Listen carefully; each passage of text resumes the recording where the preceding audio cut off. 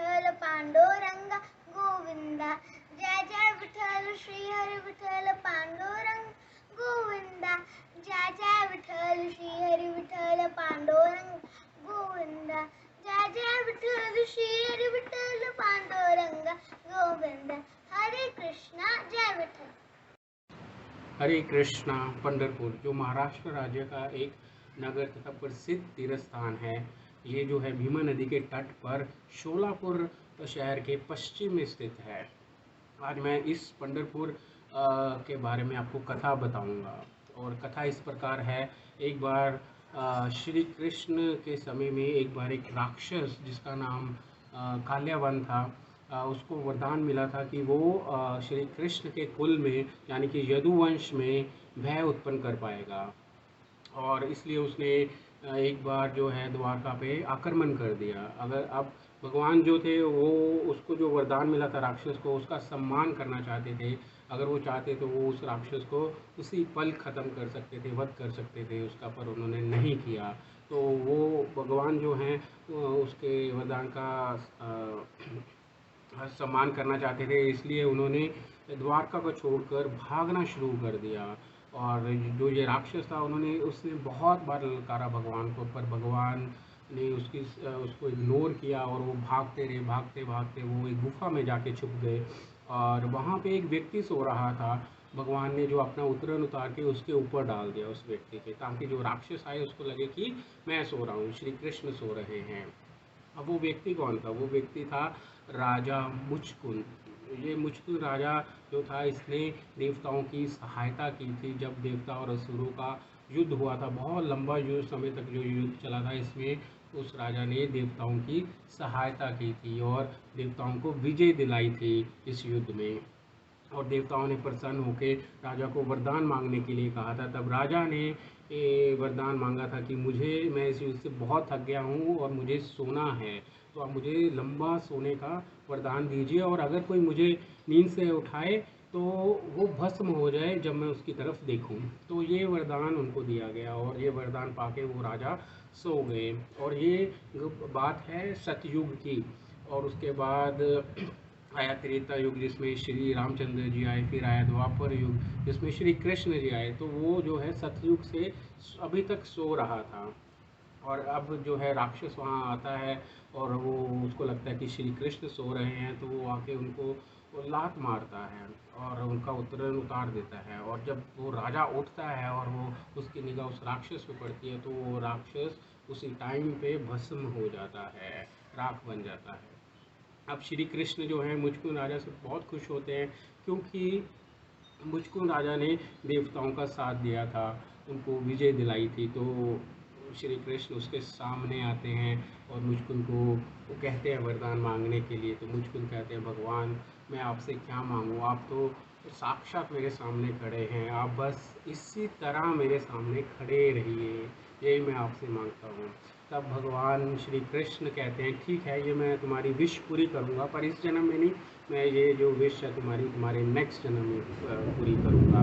तो अब राजा मुचकुंद जो हैं उनका जब नेक्स्ट अगला जन्म होता है, वो होता है पुंडली नाम के व्यक्ति के रूप में, जो जिसका जन्म पंढरपुर में होता है। पंढरपुर के बहुत नाम हैं और उन नामों में एक नाम है दंडीवन। तो कुंडली का जन्म जो है दंडीवन में होता है।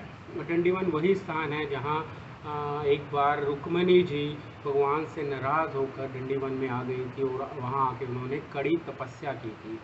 और जो पुंडलीक होता है वो बचपन से ही अपराधी किस्म का व्यक्ति होता है, बुरा, पापी, दुष्ट होता है, अपने माता पिता का अपमान करने वाला होता है। और उसके माता पिता को लगता है कि अभी ये छोटा है, जब ये बड़ा होगा, शादी होगी इसकी, तो ये सुधर जाएगा। पर शादी होने के बाद भी ये कोई फ़र्क नहीं आता उसके व्यवहार में, वो वैसे का वैसा ही रहता है। माता पिता परेशान हो जाते हैं और घर छोड़ देते हैं और काशी की ओर चल पड़ते हैं। अब जो ये पुंडलीक होता है, ये भी इंजॉय करने के लिए, घूमने फिरने के लिए काशी की ओर अपने मित्रों के साथ चल पड़ता है। ये घोड़ा गाड़ी में काशी की ओर रवाना होता है और रास्ते में इसको माता पिता मिलते हैं जो पैदल चल रहे होते हैं, और ये उनको घोड़ा गाड़ी में नहीं बिठाता, इग्नोर कर देता है और आगे निकल जाता है। अब रात का समय हो जाता है, तो एक आश्रम आता है कुकुट मुनि का, तो ये सोचते हैं कि यहीं रुक जाते हैं रात के लिए और सुबह यहाँ से निकल जाएंगे। तो ये सोच के वहाँ आश्रम में रुक जाते हैं। और कुंडली कभी जाग ही रहा होता है कि वो देखते हैं कि 3 स्त्रियाँ जो कि मलिन कुरूप निस्तेज होती हैं वो आती हैं आश्रम में। आके वो आश्रम की सफाई करती हैं, गोबर का लेप लगाती हैं, इत्र छिड़कती हैं, फ्लावर से वो उस आश्रम को सजाती हैं। और जब ये कर रही होती हैं, ख़त्म करती हैं ये आश्रम की सफाई, तो वो जो स्त्रियां हैं ना, उनका रूप जो है वो एकदम सुंदर परी की तरह उनका रूप चेंज हो जाता है और उनके रूप में से तेज निकल रहा होता है। तो ये देख के जो पुंडलीक होता है बहुत हैरान होता है। वो उन स्त्रियों के पास जाता है और उनको पूछता है कि देवियों की आप कौन हो। तो वो जो देवियाँ होती हैं वो कहती हैं कि तुम पुंडलिक तुम बहुत अपराधी हो, तुम साधु निंदक हो, तुम अपने माँ बाप का सम्मान नहीं करते, अपमान करते हो, भगवान का भजन नहीं करते, वैष्णवों का सम्मान नहीं करते। और जो पुंडलिक होता है उनकी ये बातें सुन के, उनका वो तेज देख के उसका जो है हृदय जो है परिवर्तित हो जाता है और वो पूछता है उनसे कि मैं अपने इन पापों का कैसे प्रायश्चित करूं। तब वो कहती है कि तुम भगवान की भक्ति करो, सेवा करो, अपने जो माँ बाप हैं उनकी दिल से लगन से सेवा करो, वैष्णवों की सेवा करो। और वो कहती है कि हम जो ये तीनों हैं, हम हैं गंगा, यमुना और सरस्वती। तो जो यात्री आते हैं, जो अपने वो पाप छोड़ जाते हैं, उनके कारण हम मलिन हो जाती हैं, निस्तेज हो जाती हैं, कुरूप बन जाती हैं। और जब हम इस आश्रम में आके सफाई करती हैं इस आश्रम की, तो जो जो ये पाप जो यात्री छोड़ के जाते हैं, उन अपराधों से हम मुक्त हो जाती हैं और हमें अपना रूप वापस मिल जाता है। और कुछ समय के बाद जो है पुंडलीक के माता पिता भी उस आश्रम में आ जाते हैं और पुंडलीक उनको देख के उनके चरणों में गिर पड़ता है और उनको कहता है कि आज से मैं आपकी दिल लगा के सेवा करूँगा, भगवान की भक्ति करूँगा। और उनको वो घोड़ा गाड़ी में बिठाता है और घर लेके जाता है। अब अब जो पुंडलिक है वो बहुत सेवा करता है अपने माता पिता की। हर रोज़ उनके लिए भोजन बनाता है, खिलाता है उनको, वस्त्र चेंज करता है, नहलाता है, टांगे दबाता है, जो भी ये सेवा है, पॉसिबल सेवा, वो सब करता है उनकी। और एक बार वो सेवा कर रहा होता है, रात का समय होता है, अंधेरा होता है कमरे में बिल्कुल, और अपने माता पिता की टांगे दबा रहा होता है। और उधर भगवान भी दंडी वन में आए हुए होते हैं रुक्मणी को मनाने के लिए, जो कि भगवान से नाराज़ थी, गुस्सा थी। बहुत ट्राई करते भगवान उनको मनाने की, पर वो नहीं मानती। अगर आज भी आप देखोगे पंढरपुर में रुक्मणी माता का जो विग्रह है वो वैसा ही गुस्से में है और भगवान से दूर है, भगवान के पास नहीं है। तो भगवान बहुत ट्राई करते हैं मनाने की, पर रुक्मणी जी नहीं मानती। तो भगवान सोचते हैं ठीक है, अभी ये मान तो नहीं रही, तो दंडीवन में अभी मेरा दूसरा भक्त पुंडलीक, मेरा सबसे प्रिय भक्त पुंडलीक रहता है, तो क्यों ना मैं उससे मिलाता हूँ। तो भगवान ये सोच के पुंडलीक के घर चले जाते हैं।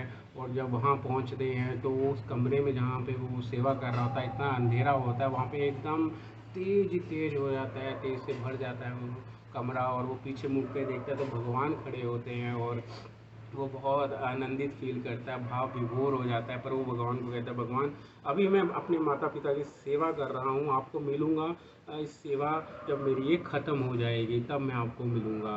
और उतना देर उसके पास एक ईंट पड़ी होती है, वो ईंट जो है क्योंकि उस कमरे में बिठाने के लिए कोई जगह तो होती नहीं है, कुछ होता नहीं है ऐसा कि जिस पे भगवान बैठ सके, वो ईंट ही पड़ी होती है। तो वो ईंट जो है भगवान की तरफ फेंकता है और भगवान जो है उस ईंट पे खड़े हो जाते हैं।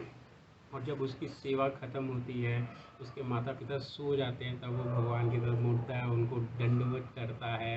और भगवान उससे कहते हैं, पुंडलिक मैं तुम्हारी भक्ति से, तुम्हारी जो माँ बाप की जो तुमने सेवा की है, जो कि वैष्णव हैं, उससे बहुत प्रसन्न हूँ। तुम मुझसे मांगो क्या क्या चाहते हो। तब पुंडलिक कहता है, भगवान आप साक्षात मेरे सामने खड़े हैं, मैं क्या मांगूँ आपसे।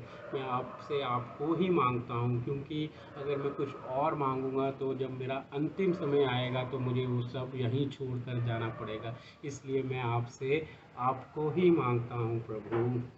और वो कहता है भगवान आप इतने भक्त वत्सल हैं कि आप मेरे लिए यहाँ आए और आप मुझे इतने सुंदर दर्शन दे रहे हो।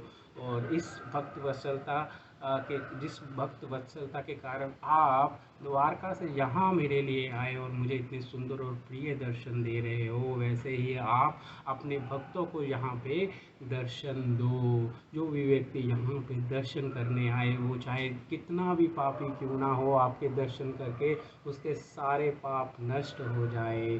तो ये वो भगवान से मांगता है और भगवान प्रसन्न होके जो है उसकी प्रार्थना को स्वीकार करते हैं और वो जो हैं पंढरपुर में विराजमान हो जाते हैं। और भगवान अब भी पंढरपुर में विराजमान हैं। और जो वो ईंट पे खड़े हैं, वो ईंट की इस प्रकार है कथा कि ईंट जो है वो इंद्र का रूप है। एक बार जब इंद्र का सिंहासन जो है छीन लिया जाता है उससे, तब वो गुस्से में आके एक साधु जो ऋषि है, जो तपस्या कर रहा होता है, उसका वो जो है उसका वध कर देता है उस ऋषि का। और जिसके फलस्वरूप उसको अभिशाप मिलता है कि वो ईंट बन जाए।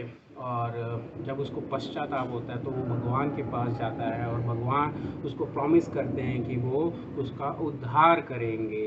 तो जो वो पुंडलीक ईंट फेंकता है वो एक्चुअली और कोई नहीं, वो इंद्र होता है। और मराठी में ईंट को वीट कहते हैं, इसलिए भगवान का नाम पड़ा विट्ठल। तो भगवान आज भी साक्षात विराजमान है पंढरपुर में। तो ये कथा है कैसे श्री कृष्ण जो हैं वो विट्ठल का रूप लेते हैं, और ये कथा है पंढरपुर की। तो आइए हम सब भगवान के नामों का जप करें और खुश रहे। Chant Hare Krishna and be happy. बोल बांके बिहारी लाल की जय। हरे कृष्ण।